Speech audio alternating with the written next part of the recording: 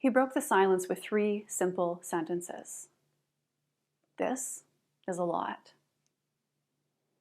I can't do it anymore. Is there someone else you can call?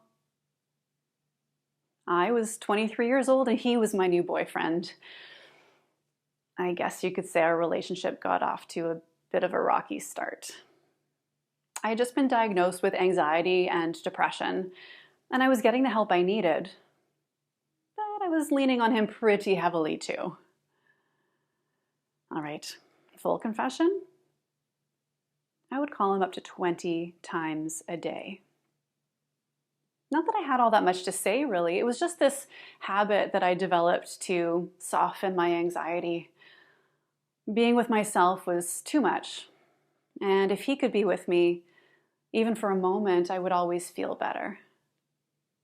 No pressure, right? I'm sure that's the honeymoon phase every young couple dreams of. Looking back, I can't believe I didn't just scare him right off. Is there someone else you can call? I instantly felt embarrassed and guilty for having put him in such an awkward position. Obviously, it was a lot. Of course, I said, I'm sorry, I'll call a friend. And so I hung up the phone and did my best to swallow my shame. You know, kindness means selflessness. Kindness means putting the other person first. It means being there for others when they need you, even at great personal expense. If it starts to feel like too much, well, that's an opportunity to become a better person, to be the bigger person, to find some way to just suck it up and keep on giving. Boundaries. Those are for uncaring, selfish people. That's what I remember believing about kindness.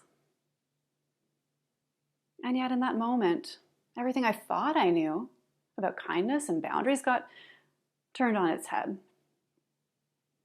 Because at that juncture where my needs started to push up against his capacity, the kindest thing he could have done was tell me the truth. The kindest thing was to set that boundary before he got resentful, before, things blew up beyond repair.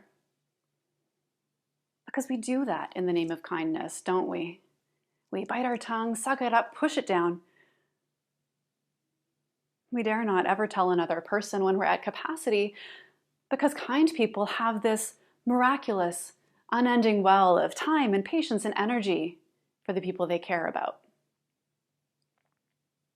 But that's the thing about capacity, is that it's there whether you name it or not.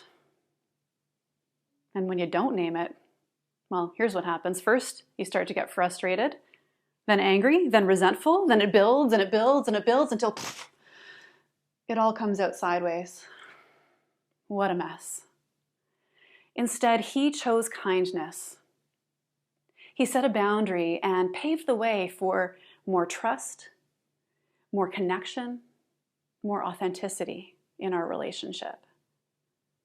If he hadn't, I'm not so sure we'd be celebrating 12 years of marriage.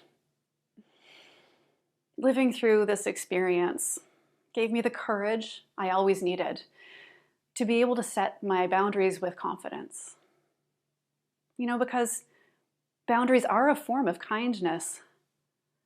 In fact, I would say that that's the day my inner boundary queen was born. So I think it's time we broaden our definition of kindness so that self-sacrifice is no longer the price of admission.